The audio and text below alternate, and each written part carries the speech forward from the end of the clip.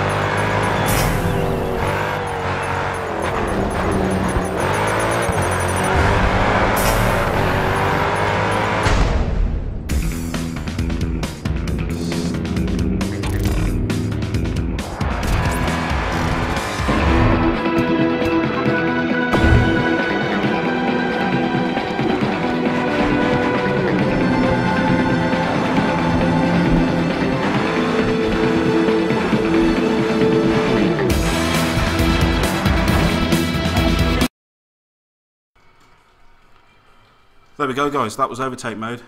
Joe, what happened? You didn't win.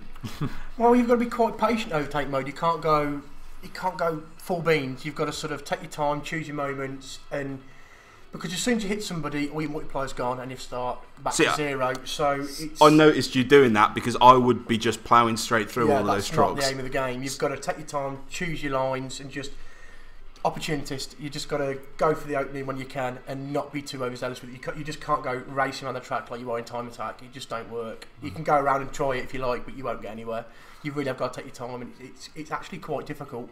Someone stitched him up as well because they put it on very hard. So. Yeah, I knew who that was. Yeah. Who suggested that? It might have been me who put you on very hard. So, tell us a little bit about sort of the overtake mode. How do you guys have an idea like that and it go from, well, obviously not existing to sort of making it right through into the game? What's the whole process like for getting something like that in that isn't necessarily a normal type of racing mode? Well, the idea for Overtake is that, I mean, it sits quite naturally in the career mode in the game. It does also appear in online and in custom race, but it fits naturally into the career because what we imagined was that alongside the sort of traditional racing that you'd be doing, the stuff that you'd be doing in race series and that sort of thing, you would be getting given promo events as well. So in your career HUD, you're going to have a series of different events against primarily clubs to take on and invite into the WSR, and then ultimately WSR events as well. But alongside those, you'll have vehicle challenges where you can pick up vehicles that you didn't pick earlier on in the career. And then also you'll have promo events, and that's the area of the game that this type of mode lives in. So what we imagined was that as a real race driver, you would have various different brands coming to you. In the case of the live stream that we're showing at the moment, the brand for this particular event is Flat Fitty, and they're basically putting on this event as a showcase. It's a sort of spectacle sort of thing. So as you can see, the different trucks that are on the track are not particularly competitive. They're just there to get in your way. It's you against an AI opponent, and it's head-to-head. So basically you have to overtake more trucks that are on the track than they have. And essentially it's the person that gains the most points for overtaking those trucks that will win at the end of the game. But it's the type of thing that we imagined that in real life, maybe some big sponsor would put on an event and they would have somebody like Tanner Faust go against Ken Block, or they would have Michael Schumacher go against Sebastian Vettel or something like that, just as a sort of little bit of a showcase and something for people to talk about on the internet. And that really feeds into what the mechanics in the career mode of the game are. As you progress through it, you increase your fan count. So I mean that just feeds in exactly to what this is. Brands would do this for sort of viral purposes to get more people talking about their brands. So if lots of different people are talking about this particular event, then that makes perfect sense. So competing in these will give you more fans in the career as well. Cool, awesome. Right, we've been getting your questions in. We actually collected some of these up earlier as well. So I'm going to field a very random selection of questions to you. First one comes from ArmyBoy1994 over on Twitter. He wants to know how many cars and tracks are there in the game in total? It's a tricky one off the top of my head. There are around 50 cars, 50 plus cars in the game. So first off, it's important to state that it's not exactly an arms race with the likes of Gran Turismo and Forza. It's not something that we ever set out to do with this game. We wanted enough fresh, cool content from start to finish in the game to keep you hooked in. We don't want 50 different variations of the same Mercedes car in different guises. We want the sort of best, most iconic cars from each manufacturer and also from each different type of race series. So it's about getting an eclectic, different, I guess, mix of cars that you can pick up and you can learn the different styles of racing in them. So there's around 50 different cars. As far as tracks are concerned, we have, I think, 12 different locations, and then within the locations there are around 5 or 6 different track variants. So there's lots of variation there, and then when you add into the mix the live routes aspect as well. So in the city tracks, obviously we've got the live route system, which offers almost infinite variation on the different ribbons of track that we've already built there. So I think there's quite a lot of different variation. Funny to keep people busy. Yeah, exactly. Yeah. Right, okay. This next question comes from MattMatt524 on Twitter. He wants to know what we've changed with the drifted events.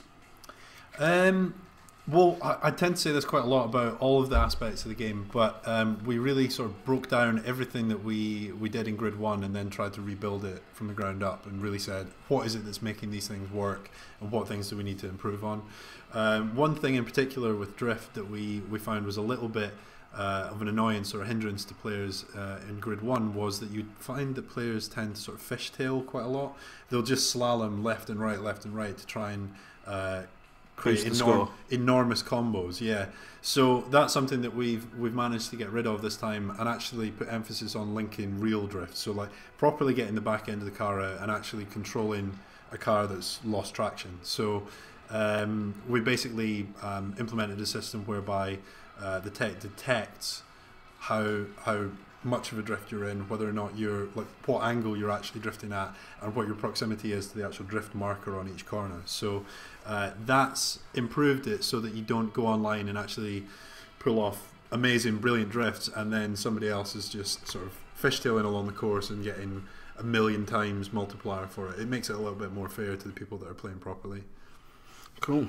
We've also been getting a lot of questions on sort of the customization options. Obviously, we've shown this off last week in the live stream.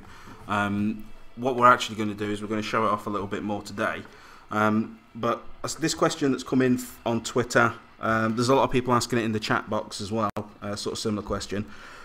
This is from Juice X Machina, and he wants to know: can the liveries your opponents use be recreated in the livery editor, because he was jealous of some of his opponents' liveries in Grid 1?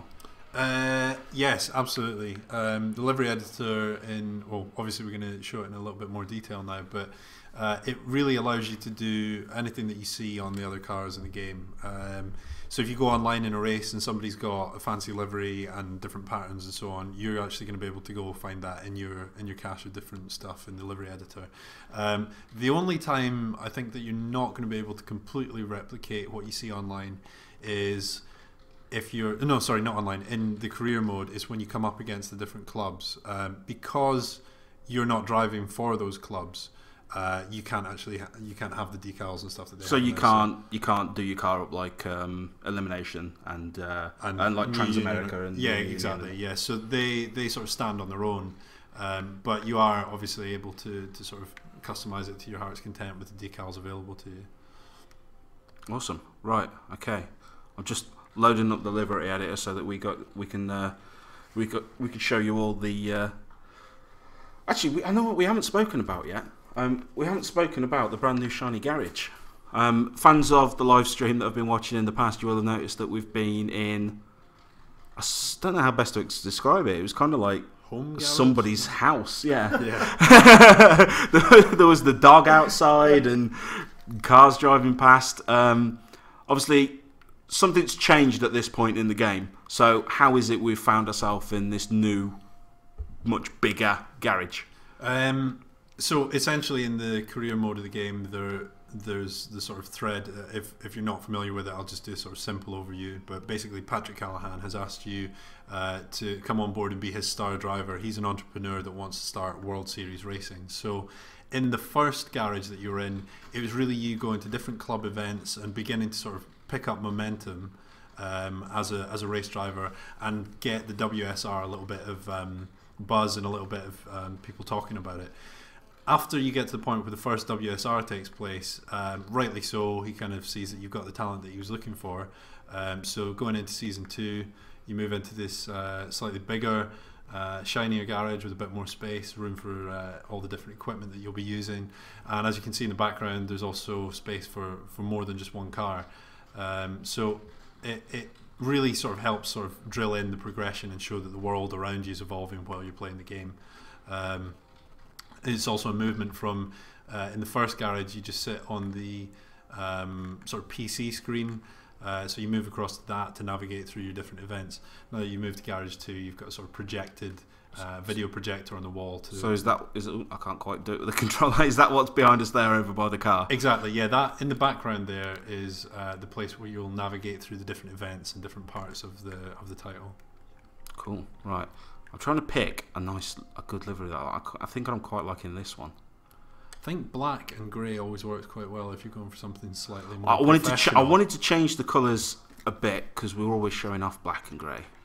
I don't know what to go for a base colour though. Just look mean. Just look mean. So obviously we've got the flip paint on here. I think. What do you think? Oh, that looks better. Yeah, it shows up the detail on the black decal quite well. Right. There we go. Okay, that's the first one picked.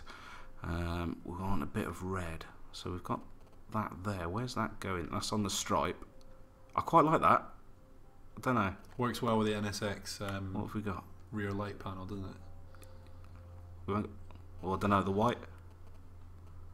What do you think, guys? Guys in the chat box, let us know what you think. I think I'm okay with that. I quite like the white one. So I didn't catch the outcome of last week's livery editor. Last week's livery editor, the first one I really liked. The first one was Disco Dinosaur. it was pretty much a Disco Dinosaur. It was the car was black with the Velociraptor on the side. Okay. With like neon pink and green and Okay. like blue. It looked awesome. The second car that we did, which was the BMW 1M, that didn't look so good. I'm going to be honest with you. Okay. So we need to up our game. We need to up our game. We need to look. Well, we're in tier 2 now. Yep. We're not messing about in Dad's garage. Yep. So yeah, we need to up our game. A big thing in terms of the livery editor is because you can set the colours the way that you want them, but also the manufacturer logos that appear in the car. Sometimes their colour sets are just not going to match the style that you want for the car. Yeah. You think back to some of the sort of famous Formula One livery styles, they've always really embedded the sponsorship into it. I think quite a lot of them are actually probably selective about the sponsors that they have so that it fits their With the sort of car, visual yeah. style. So as well as the decals and that aspect of what's going on there, we also have access to the sponsors that you've already picked for your car, and your ability to sort of change those as well. So you'll be able to change the colours and flip them around to things that are actually appropriate to the car that you and the style that you've got. The sponsors that you pick, though, you do just to go into a little bit more detail about that. You pick those once per season, and then you stick with them per season because a really important part of the sponsor system is that you have to complete objectives to win fans from them. So, for example, HKS or OGO, as they're sort of shown on there, or Toyo tires, give you a particular objective to complete while you're playing the game. And then through that season, you should be able to sort of cumulatively do that over the course of the season, or it might just be to actually beat the star driver for a club, whatever it may be. We kind of felt that you need the whole season to be able to do that, so that's why they remain on the car until you get another chance to sort of switch them around at the start of the next. You swap them around sort of as you go. So Yeah. obviously, I mean, everything we've showed in the game before, that was always when we were at tier 1. We were right at the start of the game then, which Yeah. is why we didn't have anything on the car. So once they're all sort of on the car, I mean, like you say, you've got those bonuses and everything. That's quite a bit of a change from, I suppose, the money system that we used in the first grid. Yep. Do we need money essentially for anything in Grid 2? Yeah, there is a currency system that exists online, but in the single player campaign, the player essentially has all the stuff that would cost money delivered to them from Patrick Callahan. So he's sort of the entrepreneur who's going to give his star driver. If you're the poster boy for the company, then you shouldn't want for anything. So any time that you need a vehicle to get into a particular event style, or a vehicle to drive in a particular series, then he'll deliver that to you, and you should be good to go. In the online aspect of the game, you're going to need to spend your cash and spend it wisely as well. So, sort of about making choices and spending that money in a way that sort of will get you to where you need to be against your opponents in the game, and also sort of help demonstrate your personality online as well. So whether that's for physical upgrades for the car, things that will change the shape of the actual bodywork and paneling, or whether that's things that are going to sort of do things under the hood to improve performance. So yeah, the money system, the currency system is in place online. Cool. So I've just noticed we've got this. We've got a couple of different options with where we actually want the sort of the decals to go on the car, which isn't something that we had before in the previous grid as well. Yeah, there's a sort of multi-layout system. So as you can see at the bottom there, the different styles that you can go through are drift, which was the layout you just saw, and then race, which has a more sort of traditional feel and more square, straight-on type placements, and then street, which is more akin to the type of thing that you would see in Gumball Rally, something where the sponsorship is pretty dominant on the vehicle. Cool. I don't know what looks best for this. I'm quite liking the drift, actually. I think that lays out quite nice on this. You think? Yeah, I think so. Yeah. Right. Okay. We'll Unless go with that then. cries of pain in the comment section, then I think we'll go with that. Obviously, as well, like we sort of showed you guys before, you've got the store and recall function as well. What that lets you do is you can save your liveries as you go. So if you have a certain set, say you've got your own racing clan online, and you race with a load of guys, you can all have your own custom livery. But then when you're playing on your own, if you want to, you can just sort of mess around and have a bit of fun with it. Fly solo. Fly solo. So we want to store this one. We will give it a name. I'm going to call it Red Stripe because it has a red stripe and I'm a genius. So there we go. That's all done. That is on our NSX. We've also got this option here to apply it to all vehicles. So should we do that? I think we'll do that. And then what we'll be able to do is when we do an event a bit later on in the game, a bit later on in the live stream, sorry, you guys will be able to see obviously what that looks like. So there you go, and that's automatically added to the whole of our garage. Awesome. Right, what I'm going to do is I'm going to pass over to our tame racing driver. He's going to set us up for our next event. Slow Joe. Slow Joe. What we're doing for the next event, we're going to be doing a time attack event, which I don't believe we've shown time attack before either. Ben, have we shown time attack before? Nope. No, we haven't shown time. New. Brand new. Cool. So tell us a little bit about time attack and how it works. So time attack is a mode that's essentially it's like a time trial, but actually you've got other cars on the track whilst you're doing it. So it gives you that added layer of complexity in terms of taking the best possible racing line and really, really pushing it, but trying your best to stay away from opponents. So it's almost like a qualifying session might be. So really you just have to set the best possible time in the number of laps that you've got available, but also try your very best to stay away from the opponent cars as well. Cool. Right. Let's get ready to go then. We'll knock the mic off. We'll let you guys enjoy the race, and then we'll be back with some of your questions. Just something that we have been getting asked quite a bit in the chat. And we've sort of been nagged about constantly over the last couple of weeks. Everybody's asking about the Steam pre-orders. They are now available. If you log into Steam or visit the Steam Store website, you'll be able to see it on there. You can pre-order the game. We've got like a tiered unlock system as well for all sort of the pre-order bonuses. We are currently sitting, I do believe, Tier 1 has been unlocked, so by pre-ordering the game you'll get the first reward pack. We're about 10% into reward 2 at the moment, so if you visit the Steam store you'll be able to check that out on there. I'll shut up now for a bit and we'll enjoy some Indianapolis.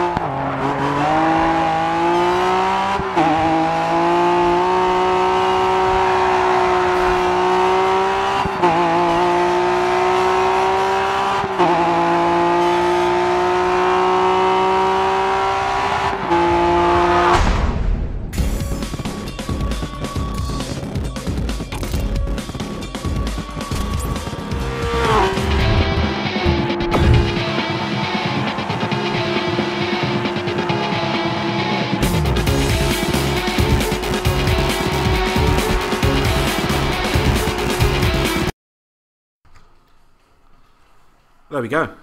What happened? Joe, what happened? Well, the Indianapolis circuit is quite a hard circuit. It's very flat. It's very flat circuits. It's very hard to judge where to sort of like start taking brake lines and stuff. Plus, on the first corner, it's a very wide sweeping corner that comes. It's like a double sort of apex. I'm making excuses up here. You're making excuses. Yeah, no, it is a really hard corner, and the car's quite a difficult car to get grips with. It's quite a focused car, so. I will vouch for that. The yeah. NSX is a difficult car. It is. It is difficult in the game. If you just over-egg it a little bit, the back end will slip out, so you have to just be super careful. Next thing you know, you're on the grass. So that's why you notice me twitching the throttle, trying to keep the power on, but not too much. Just trying to keep control of the car, counter steering. It's just very difficult. I mean, you've seen the replay there. I'm trying to counter steer everything. It's a good focused car. It's just a very track focused car. It's just you got to get your teeth right into it. So I made a little few mistakes, but. You know, I ain't played this game much, so... Hang on a minute, that's not what you said last week. I actually have to correct that. There's more than... I've probably put over 1,000 hours on this Over game. 1,000 hours? I hours? went back and I was like, hold on a minute. I looked at my work ratio and I was like, no, it's 1,000 hours plus. It was the first time I've ever used the NSA. No, it isn't.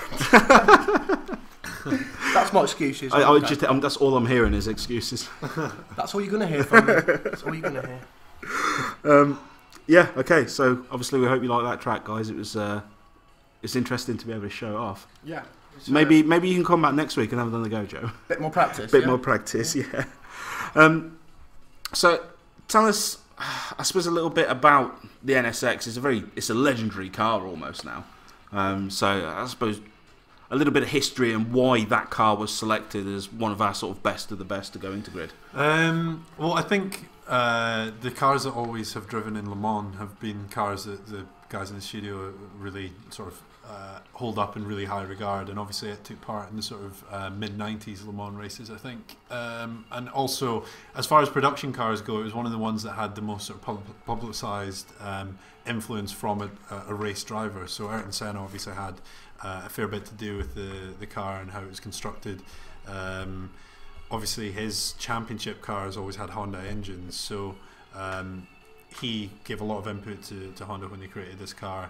I believe he had sort of input with regards to how the chassis was built. So that obviously sort of holds quite a bit of weight, and we sort of all of us quite like this car. I think it's one of those sort of universally liked cars. It's got a really distinctive look, and it doesn't matter whether your game's out in sort of mid-90s or if it's in 2013. This is a car that's sort of always going to hold a place, I think. Timeless. Yeah, I think so. It's iconic. It's got an iconic sort of, even though it was built all the way through until I think about 2005, I'm not 100% sure, but even though it was built until then, it's still got that really sort of 80s, early 90s styling to it, so it's a really nice car. Right, okay. We've got couple of questions that we'll take. Guys in the chat box, we did see your question about the iFinity, don't worry. Would you like to confirm, does Grid 2 support iFinity? Yeah, we do. We do support it. Huzzah! So you can stop copy pasting in the chat box now, guys. Okay, some of the questions that we've had come in. I don't even know how to say this guy's name. Tokorobal? Tokorobal, maybe, on Twitter. He wants to know how many classic muscle cars will be in the game. There are around 3 or 4. The different ones that we actually have in the game are, well, we've shown off a fair bit of the Ford Mustang Mach 1 Twister Special. It's been shown in quite a few different videos, but we also have the Dodge Charger RT, and then also a Camaro Z28. And in addition to those, we've got their sort of latter predecessors as well, so the sort of more up-to-date versions of those cars. So where do they sort of sit in the game, sort of in the camp, like in the tier system-wise? So those the majority of them sort of, I think majority tier of them one? are tier 1, and they will sit alongside the classic JDM cars as well. So we sort of wanted to have a little bit of an East meets West sort of vibe in that first season. Yeah. The game does span across sort of the North America, Europe, and Asia. So just kicking it off straight away with that sort of challenge of East meets West is quite a cool way to go with it, I thought. Cool. Question from WeRiser over on Twitter. He wants to know, is the online leveling system similar to our previous games? Yes, it is. I mean, it's, as I mentioned before, it's not based on it's not based on currency. Sorry, it is based on currency, unlike the single player mode. But the leveling system is essentially based on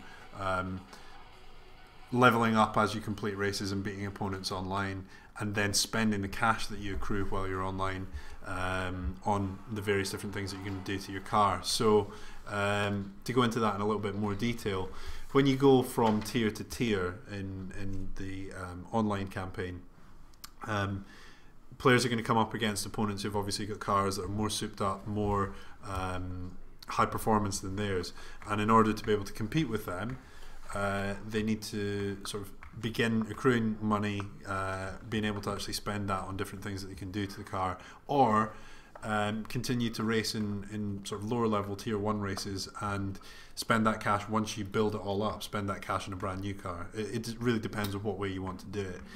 So the progression system works in that way. What you can do is that if you buy a tier 1 car and you continue to upgrade it and do everything possible to it, and then you come up against some tier 2 cars, actually the one that you've done so much upgrades on will be on par with some of those tier 2 cars because of the amount of work that you've done on it. So those tiers, in terms of categorizing all the cars, you can say, yeah, that's a tier 1, that's a tier 2, but actually it's a lot more of a organic sort of thing, as it would be in real life. When you modify a car, you can do various different things to its performance. Right, okay, back to the garage. There you guys can see that is the VW Golf, obviously. That's our livery that's just been applied sort of straight to that when we hit that button that went apply all, obviously. That's what that livery sort of looks like on the car. If we wanted to, we could go in and again change it up. We can switch sort of to the different styles from the drift to the street, just to try and get it looking exactly how we want it to be. So it's all very fast, it's very easy to do. You can sort of flick through it straight from, well, regardless of whether you're playing online or not, you can even just flick through sort of the normal standard manufacturer liveries that are on there and race with those if you want, if you don't want to be using your own for a particular race. I think that's one of the things that's so good about the way that we've delivered the livery editor for Grid 2 is that you can go into massive amounts of detail and choose like multi-tonal paint and choose what the different variations on the colour for that paint is and all that sort of thing. But if you just want to crack on with getting into races, but you don't want the default livery, it's really quick just to slam on some different colours and then get in the race. Yeah, you're not going to get paint. You're not going to be missing out on anything by not doing exactly. it if you don't want to. Yeah, exactly. Yeah. We'll take a couple of questions actually just before we jump into the next race. Take over some from some of the guys on the forums. SG, I want to say his name is SGLL. I never know how to pronounce internet names. They need a whole. I need a degree in pronouncing internet names. I needed, to be honest, I need a degree in like pronouncing most words. Just say the first thing that comes to your head. He wants to know if we'll see Donington and other classic tracks in future DLC. The DLC will be announced in more detail, I think, when we come around to launch time. But certainly, tracks and different things that are being floated around at the moment are things that I'm quite excited about telling people about. There will be DLC. But you're not going to? Yeah, unfortunately, we're not allowed to. And no, I was trying to stop you. Yeah, well, that's it. Yeah.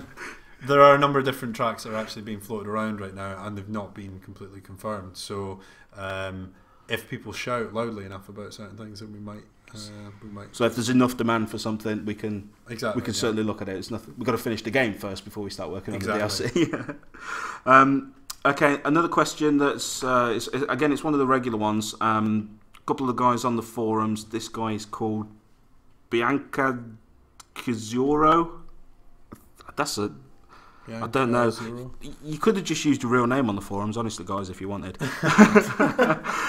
He wants to know if the Fanatec CSW will be supported in Grid 2. I haven't got the full wheel list to hand at the moment, but you can just Ben will fire a link to the wiki page into the chat box. You can visit IGN.com as well and have a look at the Grid 2 wiki, which we've sort of housed on there. That's got the full wheel list for you and everything on there.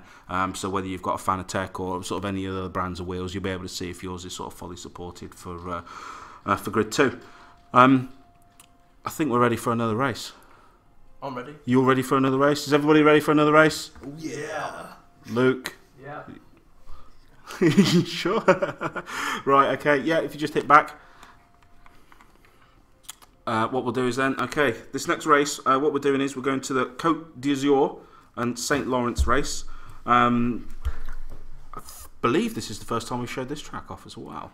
Well, this version of the track. This version of the track. We did Côte d'Azur last week. Yes, we did, yeah. Yes. Right, okay. So yeah, there are multiple routes that you can race on each different track. Yeah, and then obviously you've got the options of day or night on a lot of them as well. Yeah, exactly. Okay. I've gone for day. You've gone for day. Yeah, 'cause I can see that, it's sunny. Yeah. Right, okay, we'll keep quiet and let you guys enjoy the race.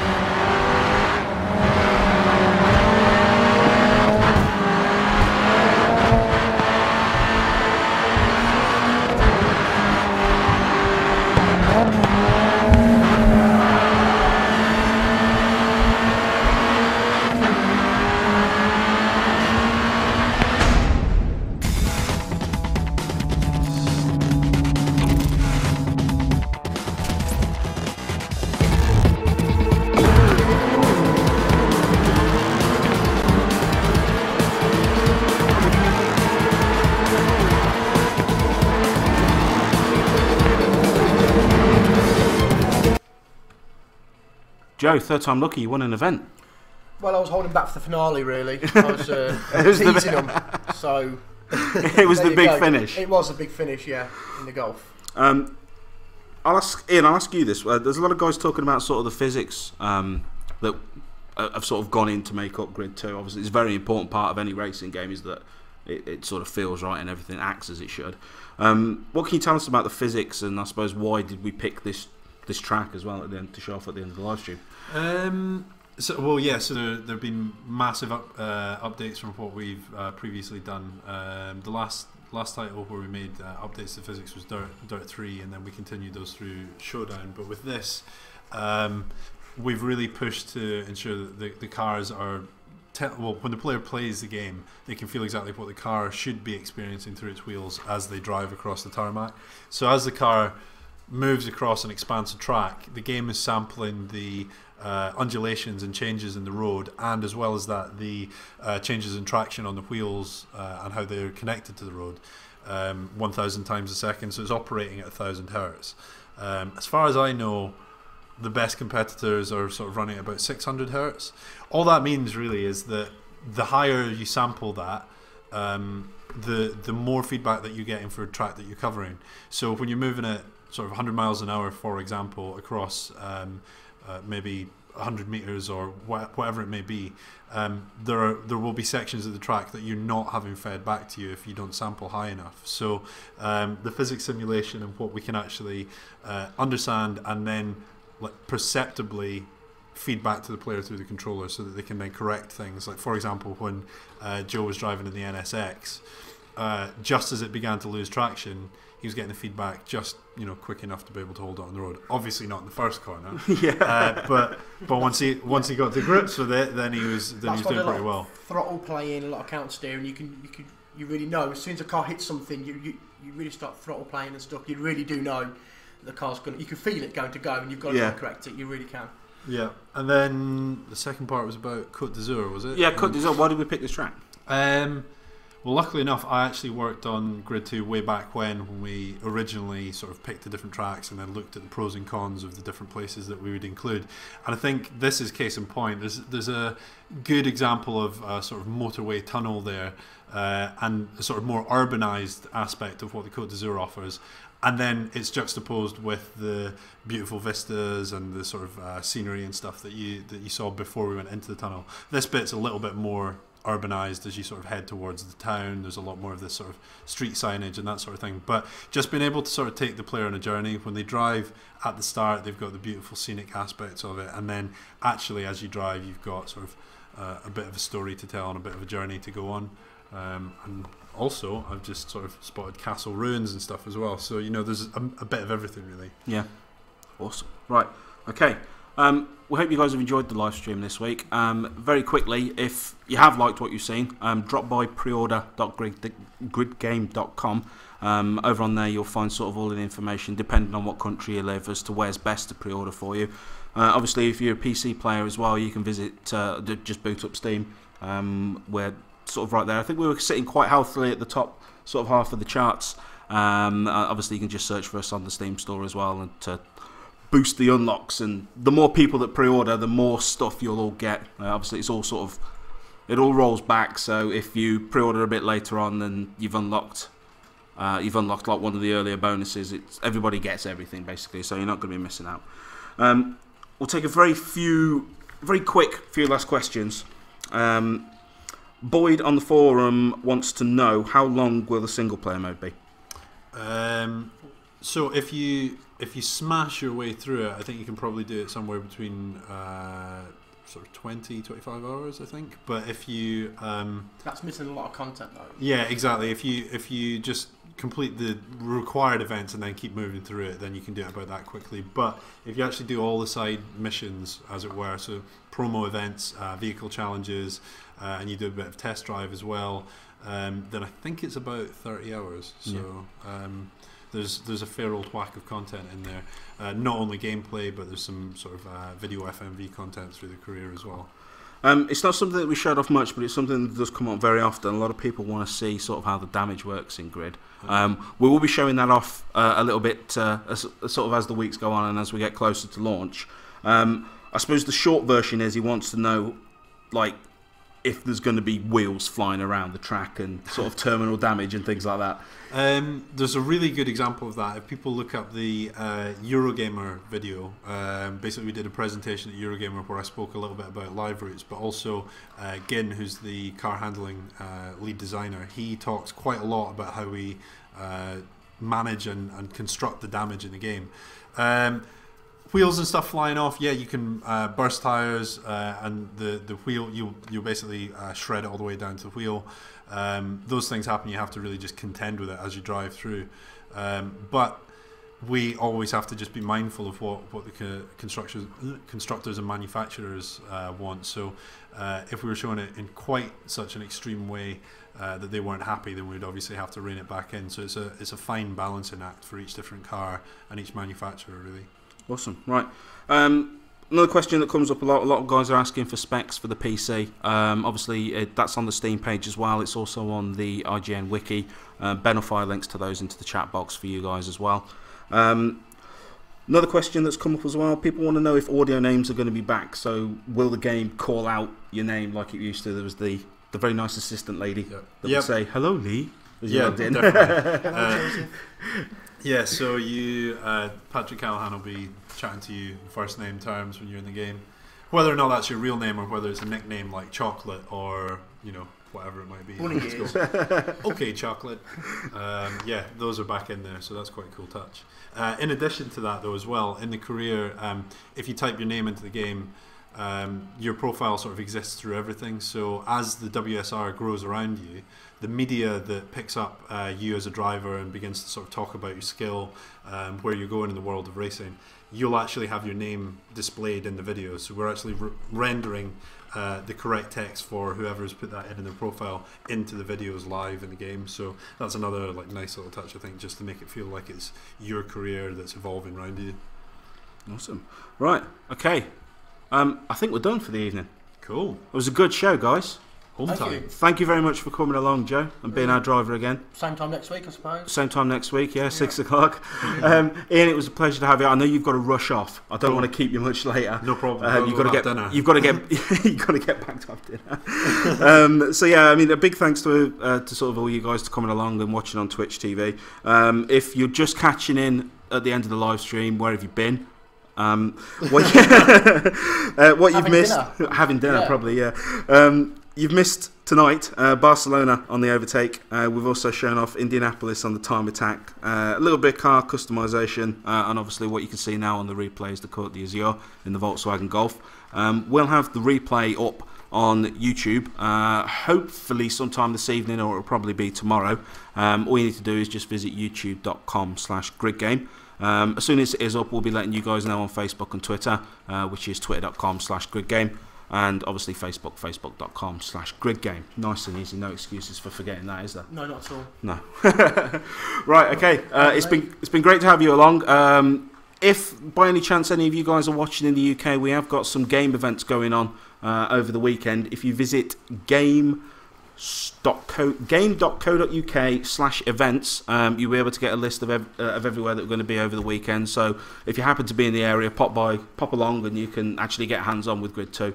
Have a play. I believe Friday is Brighton, so you could spend the weekend at the seaside. Brilliant.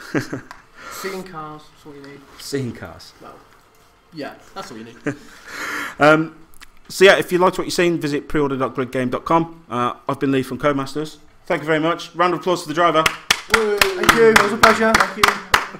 And we'll be back same time next week on Twitch TV. Donations in the inbox.